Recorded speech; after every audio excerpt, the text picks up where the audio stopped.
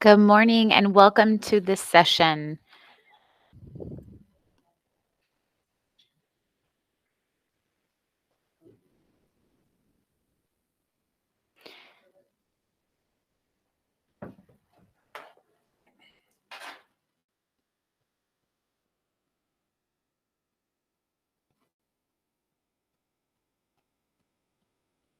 Good morning and welcome to our session. Today we're going to be focusing on how a crisis develops a preventative approach. My name is Christy Pomeroy and with me today is my partner, Courtney Johnson. For the sake of technology issues, we are going to have our camera turned off during the presentation.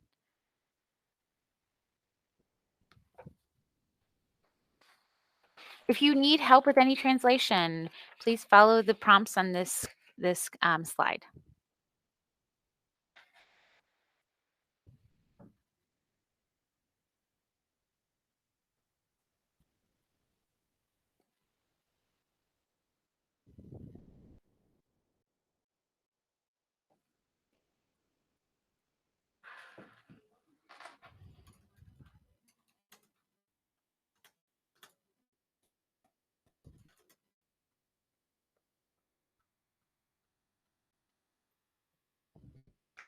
As I stated,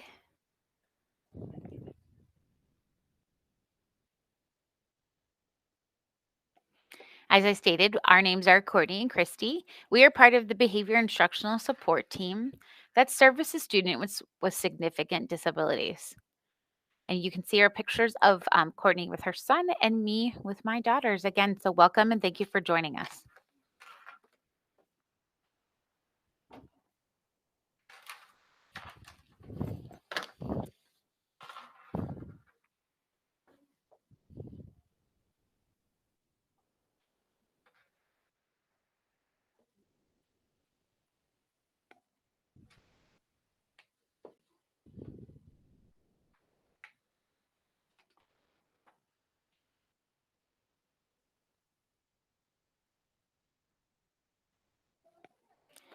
Let's get started with our session by reviewing our expectations and commitments. In order to get the most of our time together, we have expectations and commitments that we will be utilizing.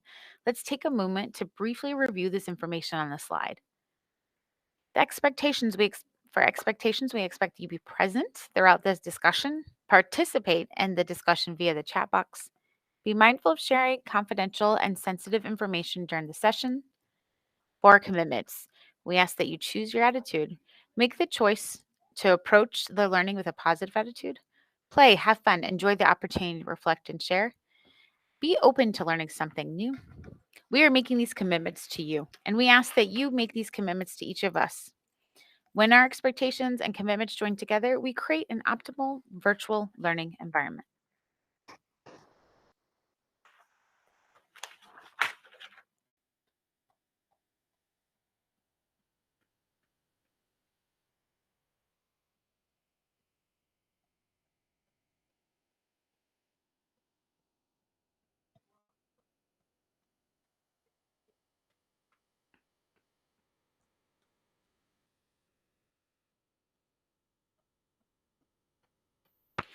Now that we've had the opportunity to share our commitments and expectation for today, let's take a moment to think about why you've selected this session. During today's session, we'll be discussing the following: the CPI crisis development model, how to respond to behaviors, and tips for how to manage emotions. Thank you so much for engaging in the learning.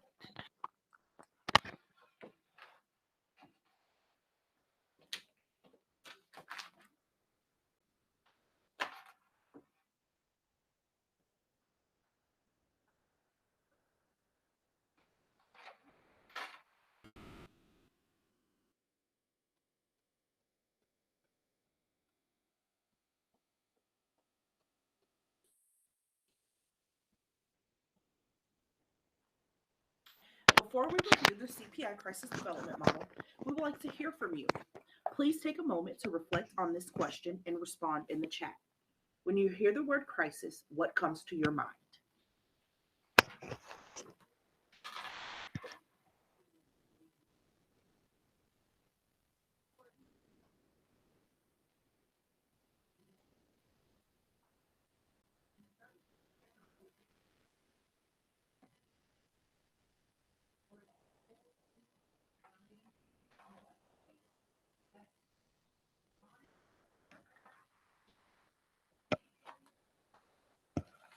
So, of course, when we hear the word crisis, many different things can come to our mind.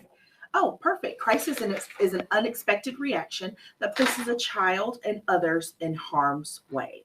That is a really good definition of crisis. Now, I do want to note that crisis situations don't always result in others being placed in harm's way. And as we go through our crisis development model, you'll see that we have anxiety at stages such as anxiety and defensive behaviors that don't present an imminent or immediate risk. So moving forward, in this session, we'll explore the development, of course, of the crisis development model, along with ways in which those in crisis can be supported. We will take a look at various approaches or responses to those exhibiting anxiety, defensive behaviors, risk behaviors, and tension reduction.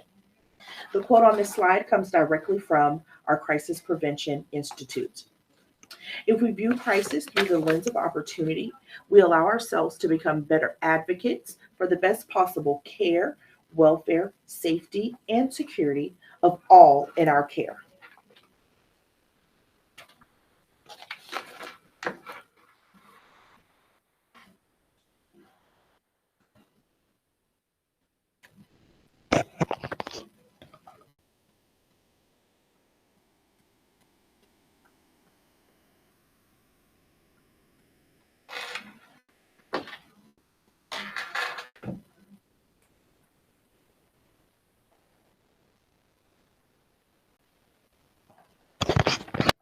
Before we discuss the different behaviors that can be displayed, it is important to remember that all behaviors are a form of communication.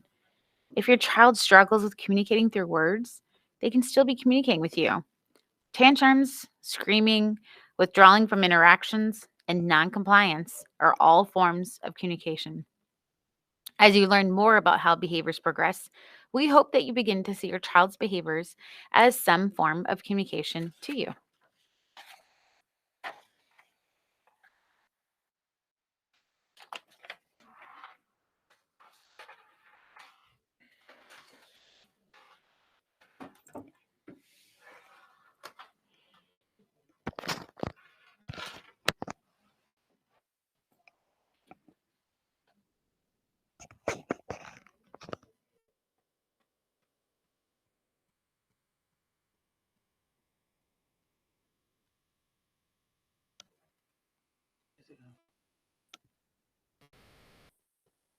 As we stated earlier, CPI is a crisis development course that is offered to specific members within OCPS. By learning the OCPS crisis development model, parents and guardians can learn ways to prevent a crisis from occurring by recognizing students' behavior and responding accordingly to the behavior level. The behaviors listed within the model show a progression that can occur before a crisis starts. The first behavior identified within this model is anxiety. Please respond in the chat. What are some behaviors that you observe when your child is in the anxiety stage?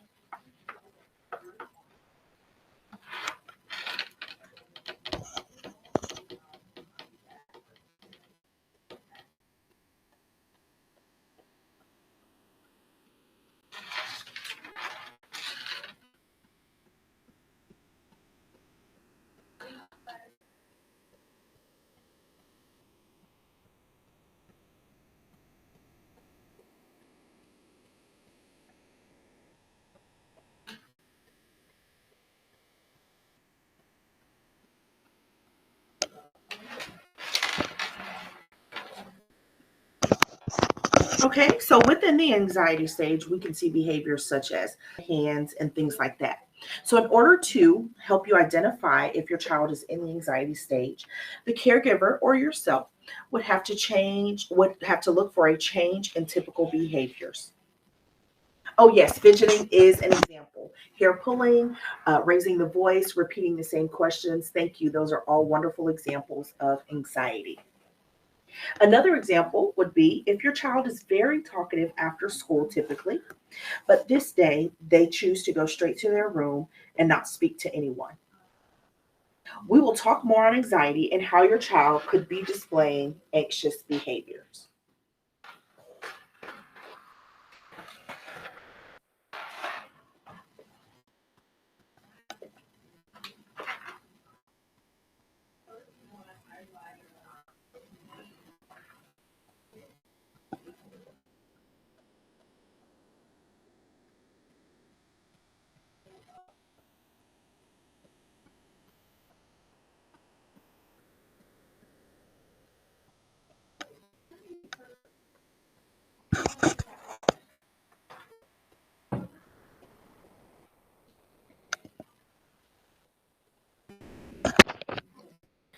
We appreciate your sharing your examples for what anxiety could look like with your child.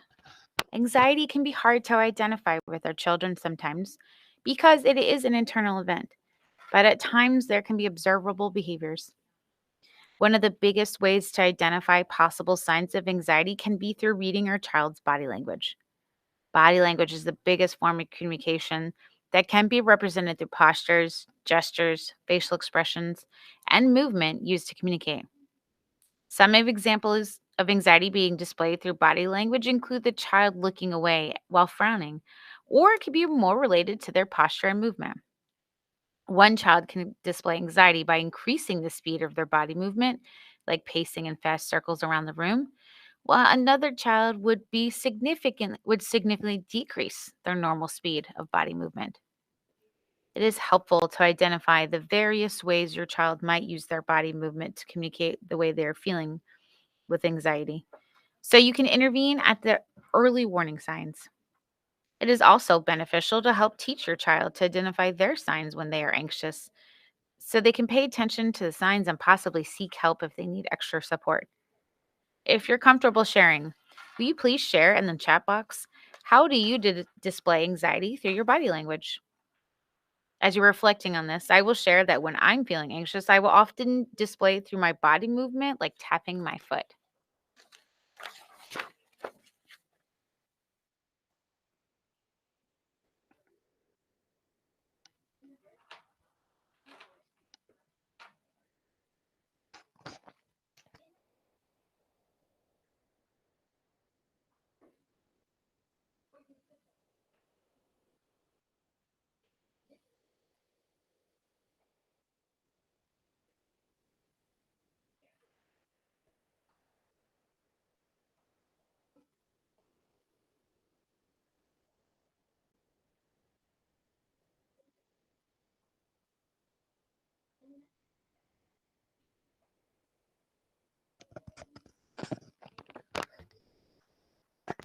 Here is a video on more about anxiety and how your child might respond during the anxiety stage.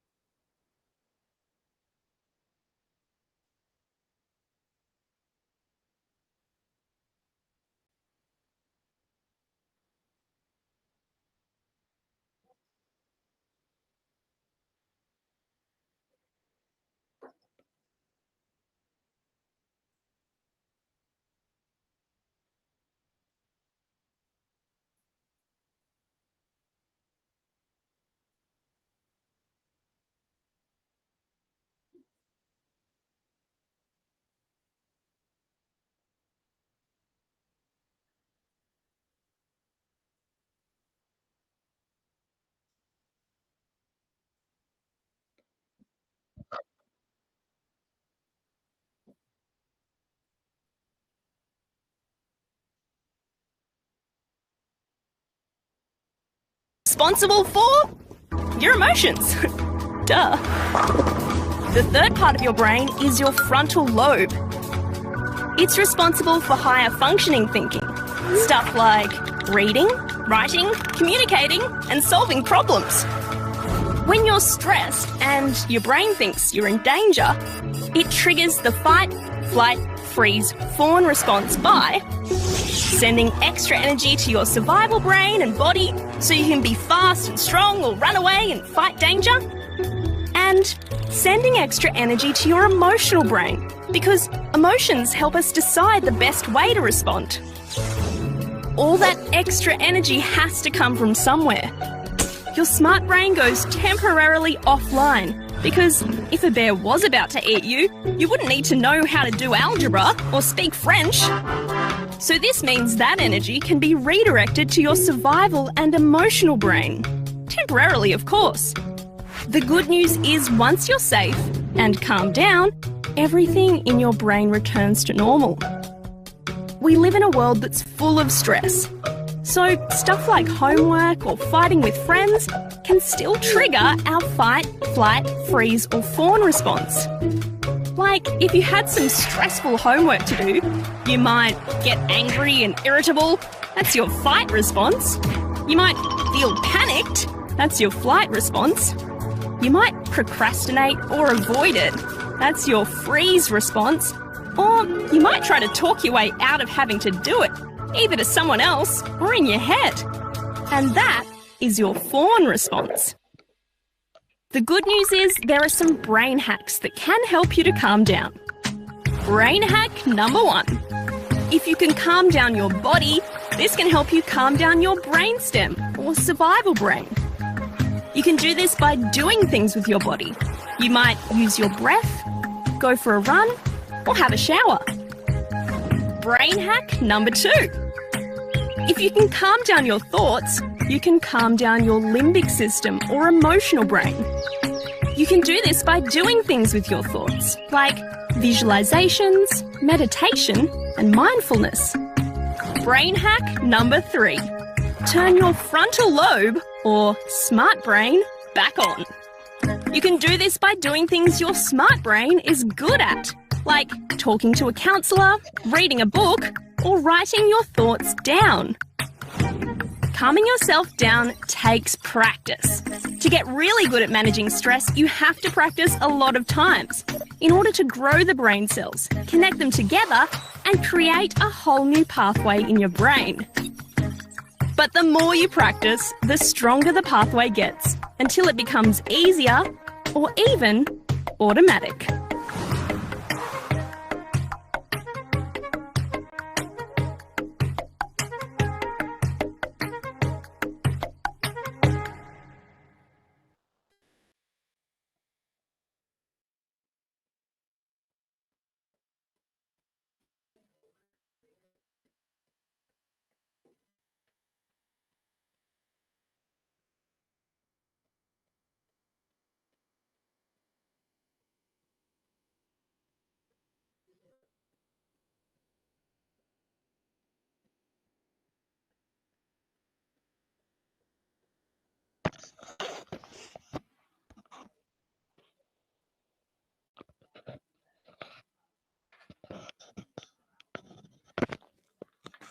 We apologize if you didn't hear all of the video. We will have all this available to you as a resource if you want to refer back to it.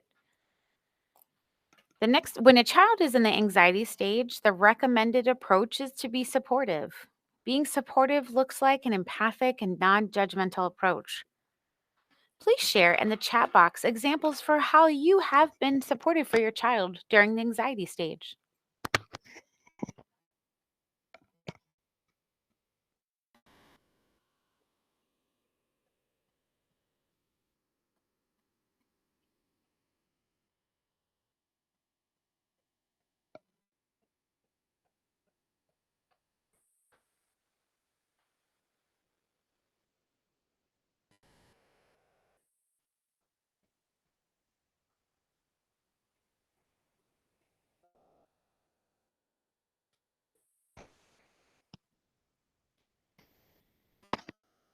I'm going to go on. If you'd like to respond in the chat, we will definitely read that out.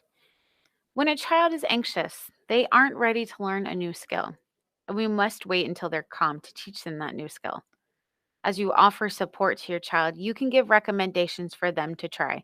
But if they don't know how to do that skill yet, then we should offer different recommendation. For example, if your child is anxious and you recommended taking deep breaths, but they've never been taught how to do that, you can recommend an established skill they already know how to do instead. After the child is calm, then you could then teach your child the new skill. For example, like taking a deep breath, you would pretend to smell a flower and then blow out a candle. Once they've learned the new skill and practiced it a few times, you then can recommend it again the next time they're anxious. Some additional examples of being supportive could include offering to take a walk outside, prompting for a break from a task, sitting in close proximity to them, and allowing them time to vent. It is important to know what works for your child and how they feel the most supported. And I see we have a response here: offering breaks, remind them to breathe, offering to hug or hold their hands. Those are wonderful examples of how you can be supportive for your child. So thank you for sharing that.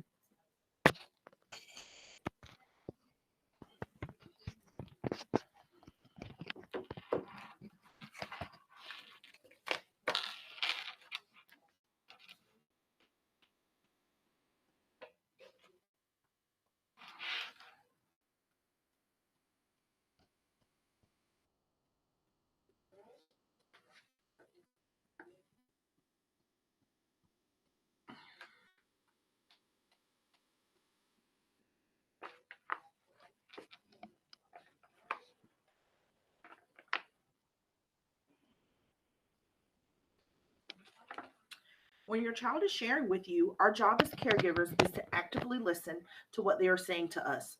As parents ourselves, we understand that it is difficult to listen to our child without wanting to teach a lesson or offer our advice. But the best thing we can do is to provide uninterrupted, undivided attention while being non judgmental.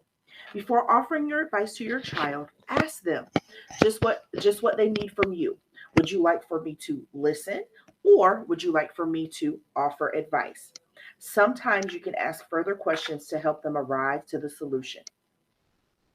When you are listening, it is vital to be a purposeful, empathetic listener.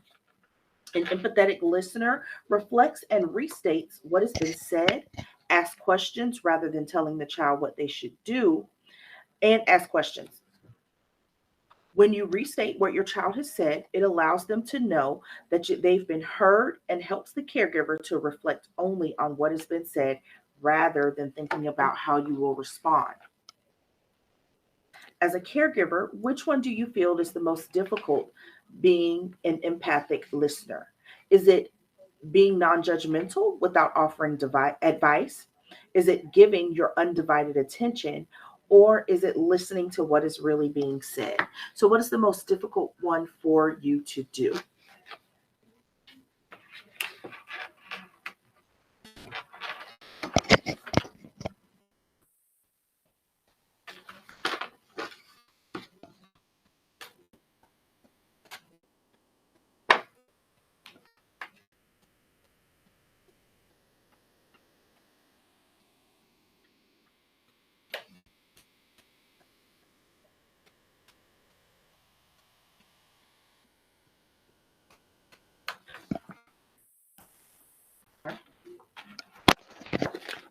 So there are many obstacles that prevent me from being an empathetic listener, but one that I am personally working on is giving my undivided attention by putting my phone in another room during myself and my son's talk time.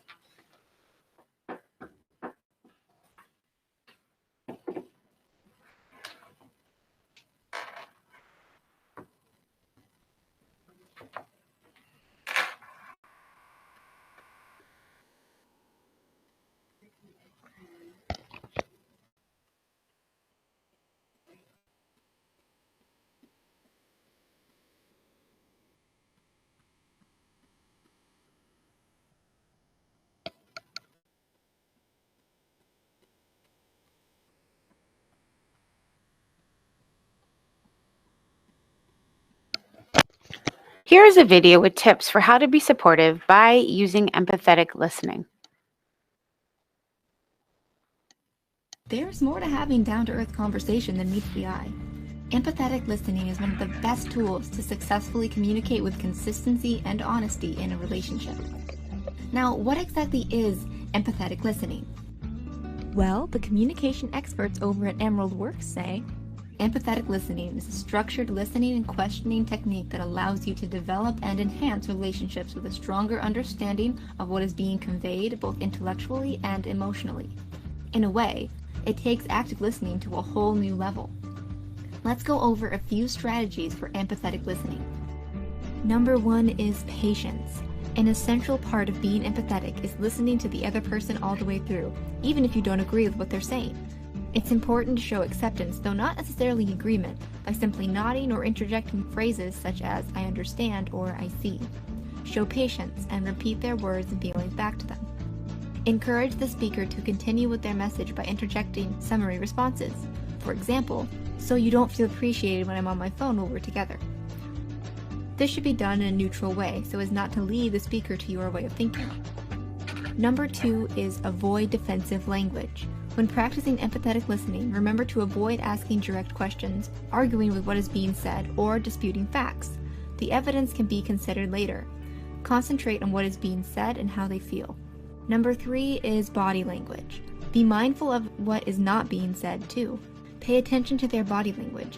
Nonverbal signs like keeping the head down, shifting away from you, or covering the mouth could signal that they are holding something back or that they feel uncomfortable. Empathetic listening isn't always the answer. If you're committed to learning communication skills, it will get easier to determine what approach fits the situation best.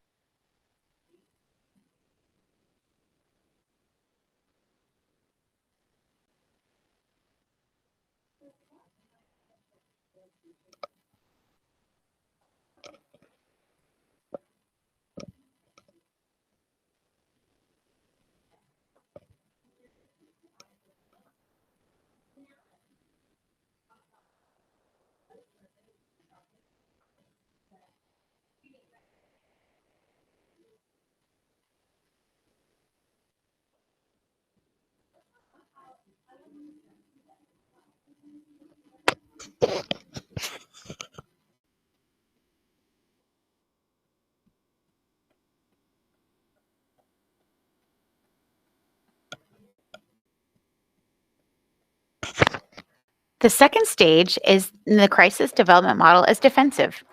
If you're unable to identify the signs of anxiety or respond in an unsupportive approach, your child could easily then become defensive. When a child's in the defensive stage, they feel that there is a real or perceived challenge.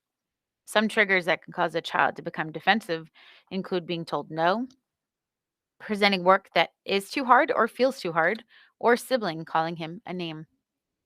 During the defensive stage, some common behaviors that you might see displayed can be refusing to follow in directions, yelling, or drawing you into a power struggle.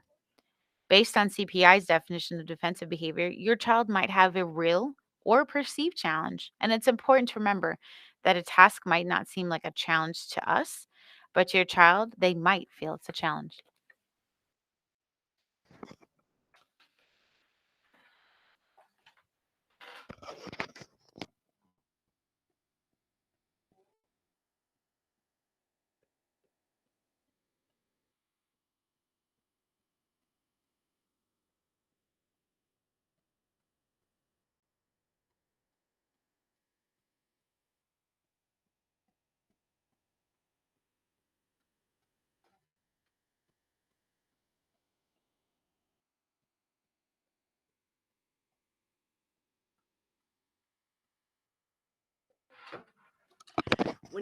When your child is in the defensive stage, you want to provide clear directions. When they are being defensive, you should give directions in a tone that is neutral while ensuring directions are simple. Another approach to use with your child when they're being defensive is to offer wait time, which can include setting limits. An example for what that could look like would be saying, "When you follow my directions and clean up your room, then we can go outside and play. I will wait downstairs for you until you are ready to clean." How we respond to defensive behaviors can possibly increase the amount of times we see defensive behaviors displayed. If we respond to our child in a supportive manner during the defensive stage, we might begin to see an increase in that behavior because of the attention that they received at the time. Once the behaviors have been displayed, we will set limits so that we can see a decrease in defensive behaviors. It is equally important to respond to anxiety with support, not directive. If a child is simply in anxiety, we become too directive, it can easily change the anxiety behavior to become defensive. Please take a moment to briefly reflect on your child's behavior levels and ponder on whether you have responded to anxiety behaviors by being supportive and defensive behaviors while being directive. We will continue to discuss other examples of how to set limits.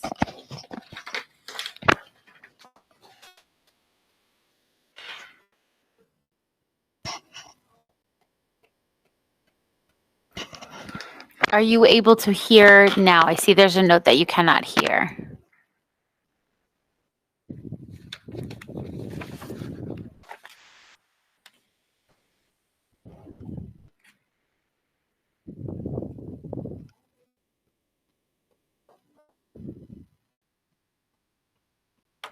Just want to do a quick hearing test. I'm not sure if you're able to hear us.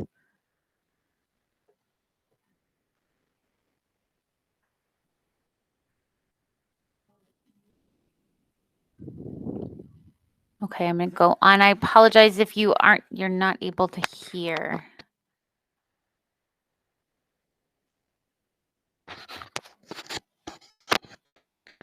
You may want to exit and re-enter. You might have to close out real quick and then re-enter the meeting if you aren't able to hear.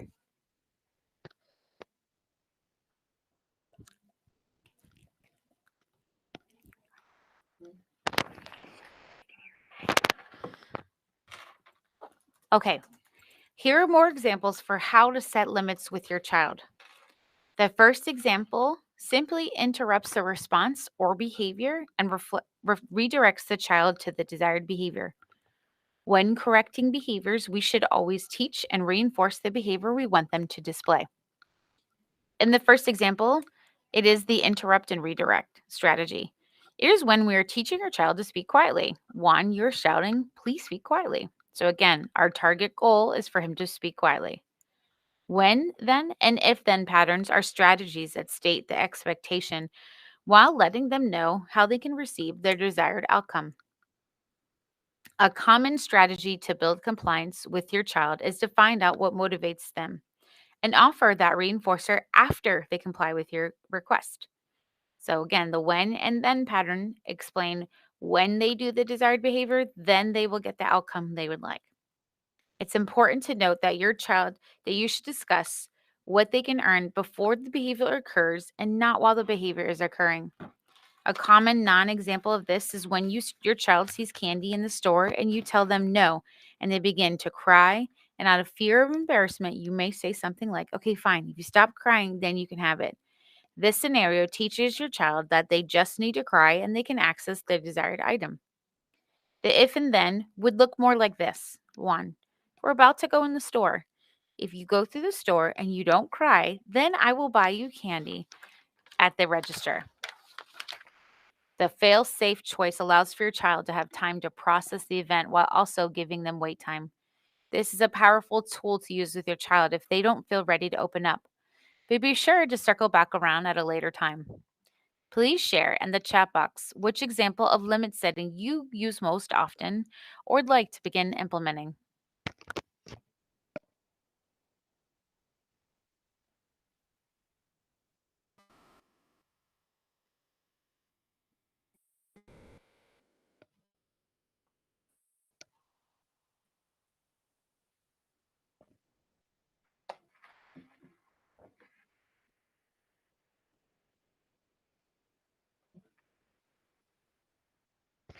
The limit setting that I use most often with my child is the if-then pattern.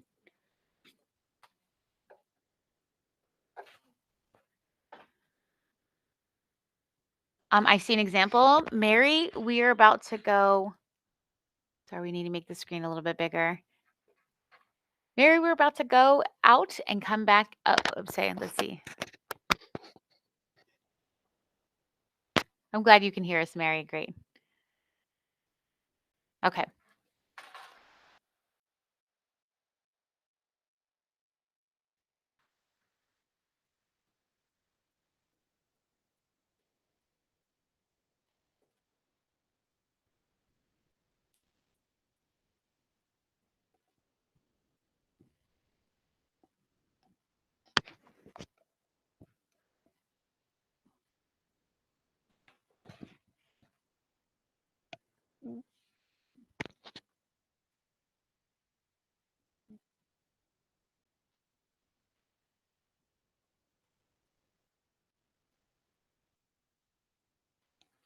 Here is a video example for how you can set limits with your child.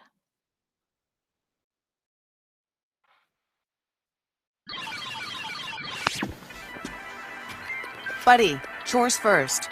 Uh-huh. Did you hear me? Uh-huh. Put the game away now. But Mom! It's normal behavior for children to test limits, and setting limits for your children can be one of the hardest parts of parenting. Okay, I practiced this. I understand it's more fun to play games, but you have to finish your responsibilities first. Okay. You have to take out the trash and walk the dog. Which one do you want to do first? Fine, I'll do the trash first. Resilient children are better able to handle life's ups and downs, and setting clear and consistent limits is one of the many ways you can help.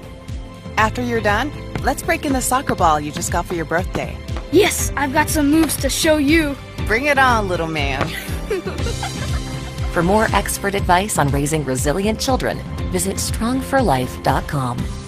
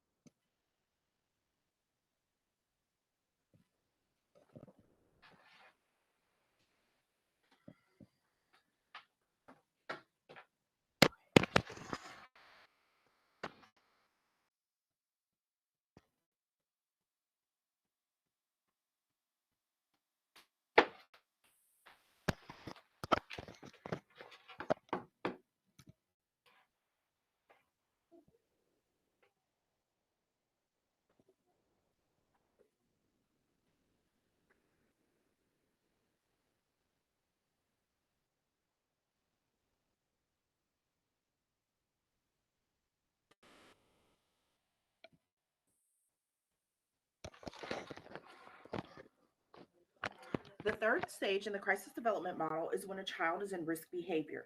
Risk behavior is defined as imminent or immediate risk to themselves or others.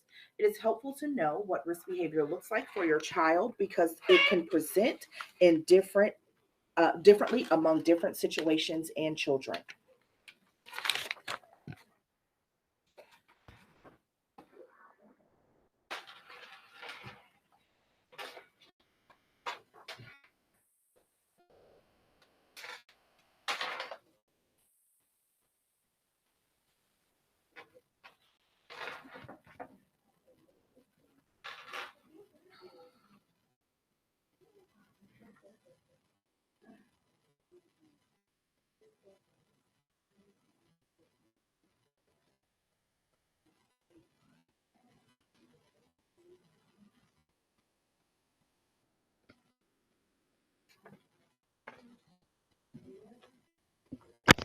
The caregiver approach for this level would be to use safety interventions.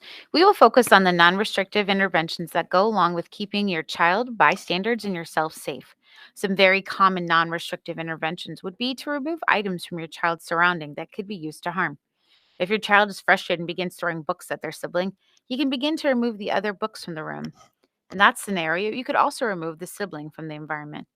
An effective strategy would also to prompt the child showing risk behavior to relocate to another environment, like having them walk to their room to calm down. As you implement the non-restrictive interventions, it's important to remember to remain calm. When your child will return to a calm state, and the calmer you become during that time, the quicker they will begin to calm down.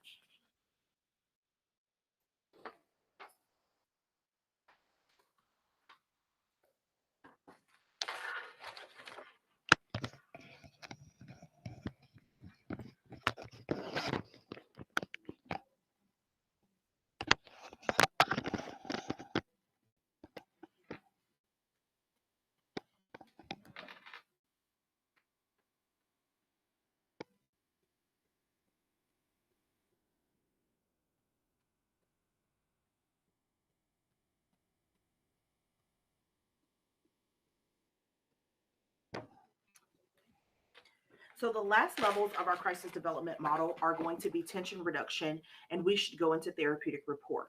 Tension reduction is going to be a decrease in physical and emotional energy. And typically, when your child reaches this stage, they may cry, sleep, or apologize. Once your child has reached tension reduction, it is important and imperative that we reestablish the relationship.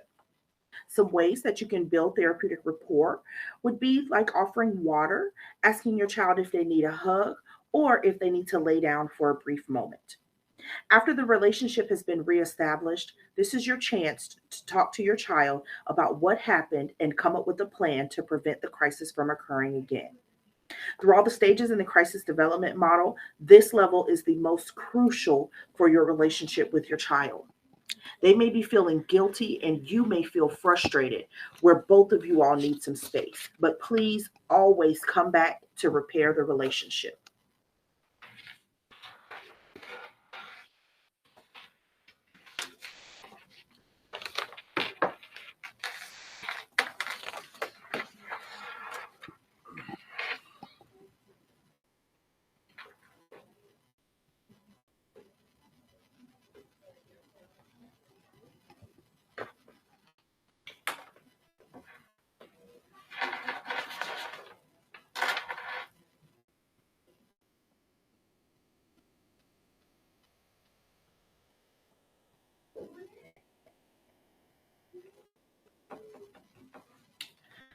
We have included these tips in order to assist you in understanding the importance of moving into therapeutic rapport after any person has been a part of a crisis situation. I do want to highlight on our care tips, everyone, including teenagers, is hardwired to recover from a crisis situation and troubling events and has a built-in coping mechanism. It is normal for kids to feel upset, sad, confused, or afraid after something bad happens. It is our job to let our children know that it is okay to have feelings. Lastly, we want to always be available to talk and listen to our students, but please don't force children to talk about their feelings in the moments of crisis. During therapeutic rapport, parents and guardians will discuss the incident while asking questions such as what can we do differently next time? What should or can we do to make things right? And what were some things that you were thinking about at the time of the incident? Take this time to practice empathic, non-judgmental listening. It is imperative, again, that we teach our kids ways to cope before, during, and after a crisis situation. It is our hope that in understanding the levels and approaches of behaviors, as well as the importance of coping after a crisis, you as parents and guardians will be able to intervene early and appropriately, avoid over and under reacting, and simply avert a crisis altogether. Thank you all so very much for spending your morning with us and our OCPS Big Idea Conference. These slides will be uploaded to YouTube after the conference, and we will also have our resource page there for you all if you would like links to our videos. Thank you again so very much.